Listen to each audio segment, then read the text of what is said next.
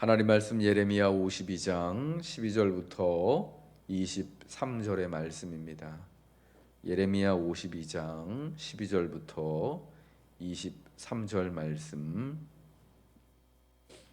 봉독하겠습니다. 바벨론의 느부갓네살 왕의 19째 해 다섯째 달 열째 날에 바벨론 왕의 어전사령관 느부사라단이 예루살렘에 이르러 여호와의 성전과 왕궁을 불사르고 예루살렘의 모든 집과 고관들의 집까지 불살랐으며 사령관을 따르는 갈대아 사람의 모든 군대가 예루살렘 사면 성벽을 헐었더라.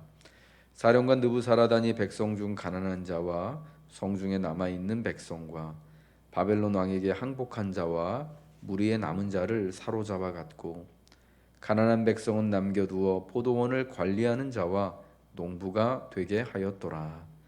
갈대아 사람은 또 여호와의 성전의 두 놋 기둥과 받침들과 여호와의 성전의 놋대야를 깨뜨려 그 놋을 바벨론으로 가져갔고 가마들과 부삽들과 부집개들과 주발들과 숟가락들과 섬길 때에 쓰는 모든 놋그릇을 다 가져갔고 사령관은 잔들과 화로들과 주발들과 솥들과 촛대들과 숟가락들과 바리들 곧 금으로 만든 물건의 금과 은으로 만든 물건의 은을 가져갔더라. 솔로몬 왕이 여호와의 성전을 위하여 만든 두 기둥과 한 바다와 그 받침 아래에 있는 12놋소 곧 이 모든 기구의 놋 무게는 헤아릴 수 없었더라. 그 기둥은 한 기둥의 높이가 18규빗이요 그 둘레는 12규빗이며 그 속이 비었고 그 두께는 네 손가락 두께이며 기둥 위에 놋머리가 있어 그 높이가 5규빗이요 머리 사면으로 돌아가며 꾸민 망사와 성류가 다 놋이며 또 다른 기둥에도 이런 모든 것과 성류가 있었더라. 그 사면에 있는 성류는 96개요 그 기둥에 둘린 그물 위에 있는 성류는 도합이 100개이었더라. 아멘. 예루살렘의 완전한 함락과 그리고 예루살렘의 자랑이었던 성전이 완전히 멸망하고 성전 안에 있는 여호와를 섬길 때 쓰던 모든 그 기구들과 그릇들이 다 부서져서 금은 금대로 은은 은대로 기구는 기구대로 놋은 놋대로 다 바벨론으로 마치 전리품과 같이 다 끌려가게 되는 것을 말씀을 해주고 있습니다.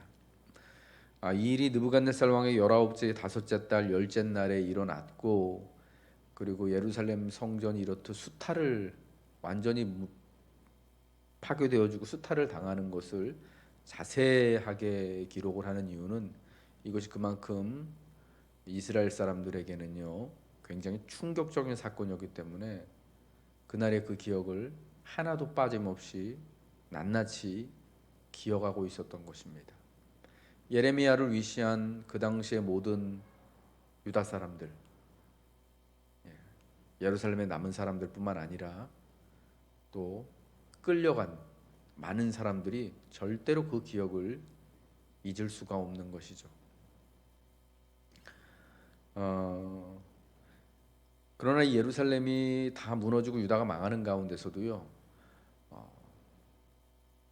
예루살렘에 남아서 유다에 남아서 그 포도원과 밭을 관리하는 자로서 살아가는 사람들이 있습니다. 15절에 있죠. 사령관 느부사라단이 백성 중 가난한 자와 성중에 남아 있는 백성과 바벨론 왕에게 항복한 자와 무리의 남은 자를 사로잡아 갔고 그 다음에요. 가난한 백성은 남겨두어 포도원을 관리하는 자와 농부가 되게 하였다.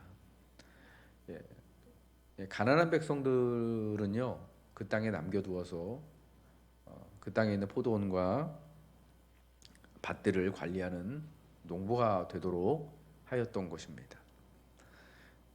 이 사람들 입장에서는 사실은 나라가 망하고 뭐 그 좋을 일은 없겠지만 그래도 지금 포도원이 생기고 밭이 관리할 경영할 밭이 생긴 것이 개인적으로 본다면 사실은 굉장히 좋은 신호로 세상이 바뀐 것으로 받아들일 수가 있을 것입니다. 이러한 사실을 보면서 멸망이 예루살렘이 완전히 무너지고 나라가 망한 것이 많이 망하였지만 그러나 작은 희망을 사실은 볼 수 있게 되는 것이죠. 모든 것이 무너지고 모든 것이 끝난 것과 같은 상황에서도 하나님은 그 땅에 또 그루터기들을 남겨 두셔서 하나님이 정하신 때까지 그 땅이 완전히 황폐하여지지 않도록 보호하시고 지키시는 것이고, 여전히 하나님을 신실하게 신뢰하는 자들은 남아서 거기서 하나님의 은혜를 따라 살아갈 수가 있게 되는 것입니다. 이 가난한 자들이 남았다고 하지만 그러나 또한 바벨론의 왕에게 항복한 자들 중에 예레미야와 같은 사람들도 역시 바벨론으로 가지 아니하고 그 땅에 남을 수 있는 그러한 은혜를 누리게 되잖아요. 물론 예레미야는 그러고 나서 애굽으로 또 끌려가게 되어지지만, 그러나 바벨론 왕에게 항복하였던 사람들 가운데 일부는 또 남아서, 가난한 사람들은 또 일부는 남아서 그 땅을 지키며 살아가게 되는 것입니다. 예루살렘 성전과 성전의 기구들이 완전히 다 무너지고 수탈을 당하는 모습을 보면 참 마음이 아픕니다.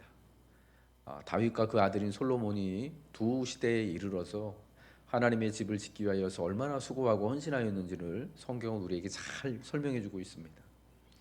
다윗이 성전을 봉헌하고 나서 이곳이 하나님의 집이 되어지고, 그리고 또 하나님의 백성들이 이곳에 와서 기도하면 하나님이 그 기도를 들으실 것을 또 간구하지 않습니까? 그래서 하나님은 솔로몬과 또 다윗의 그 정성을 보시고 그 시대의 기도를 들으시고 예루살렘 성전을 하나님의 집을 삼으셔서 그곳에 임재하셨습니다. 그러나 성전이 중요하고 성전이 거룩하고 영광스러운 것은 사실은 하나님이 그곳에 계시기 때문이지, 성전 자체가, 성전에서 사용하는 그 그릇이나 기구들 자체가 거룩하고 능력이 있기 때문이 아니거든요.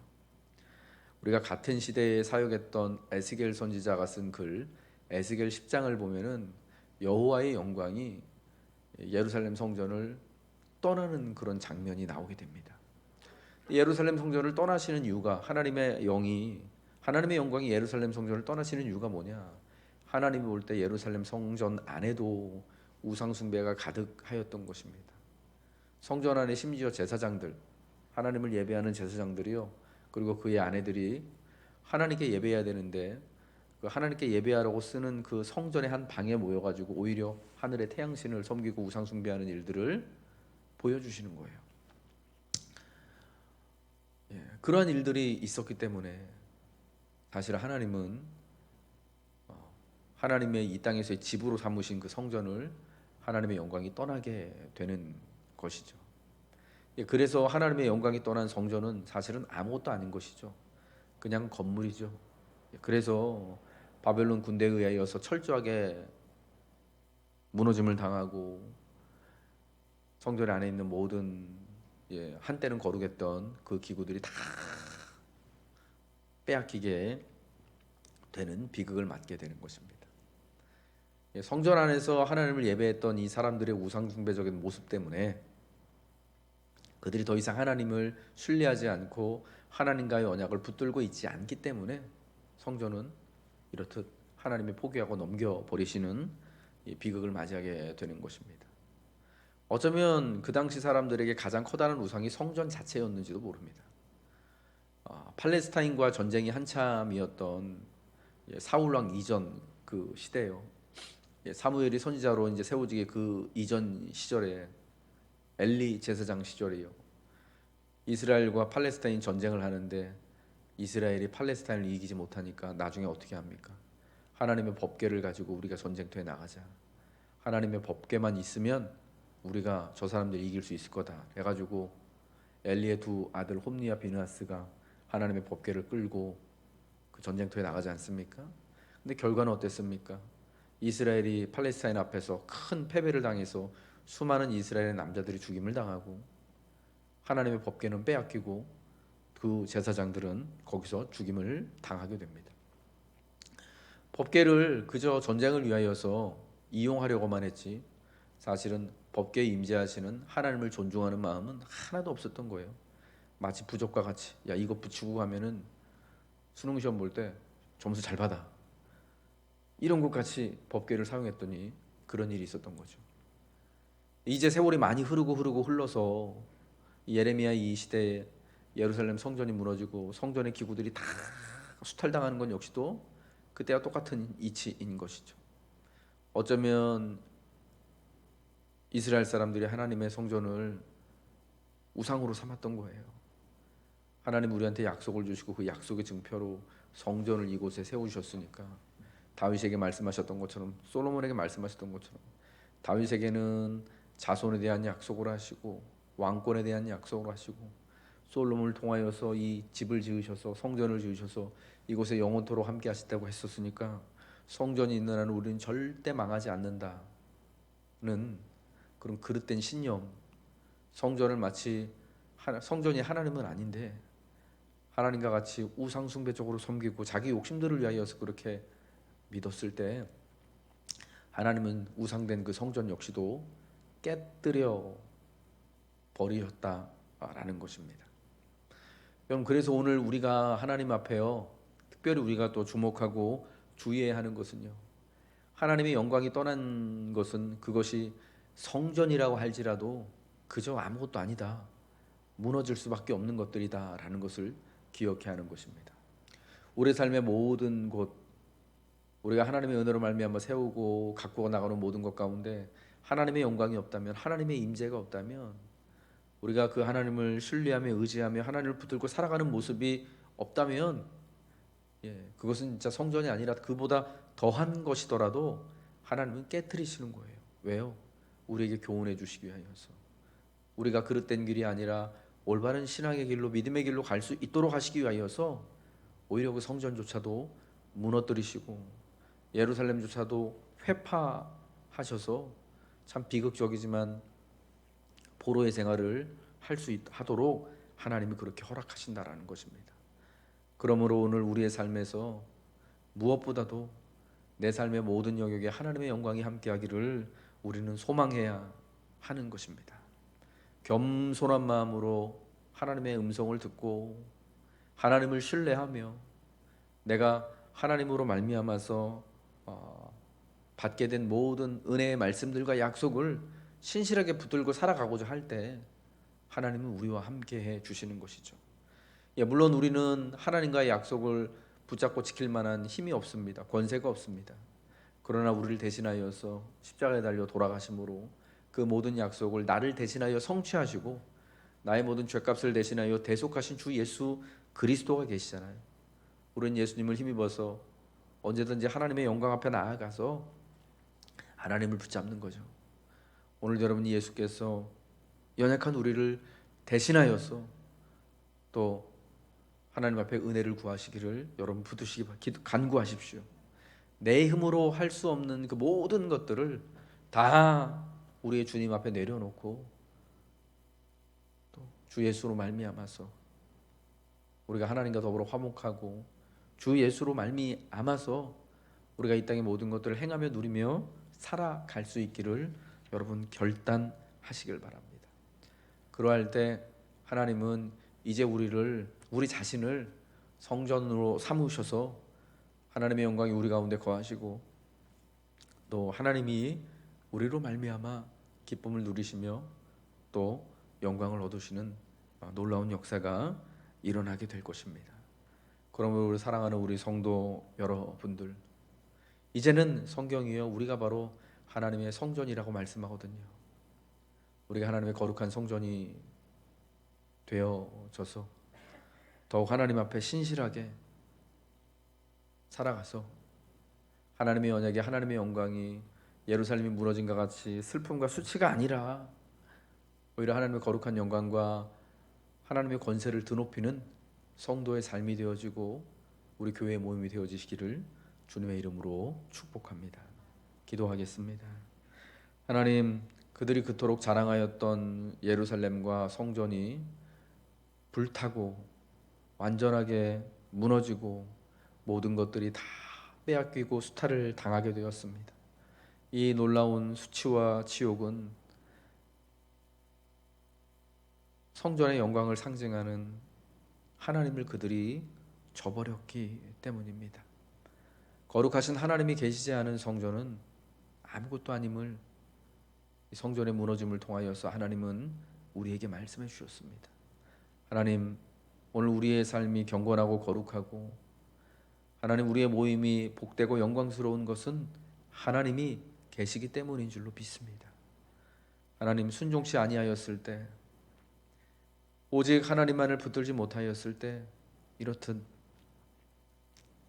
수치와 모욕을 당하였던 것을 기억하며 오늘 우리는 주 예수 그리스도로 말미암아서 더욱 진실하게 하나님을 붙들게 하여 주옵시고, 예수 그리스도로 말미암아 우리가 하나님의 성전된 몸을 가지고 하나님의 영광스러운 삶을 살아갈 수 있는 하나님 결단이 오늘도 우리에게 있게 하여 주옵소서.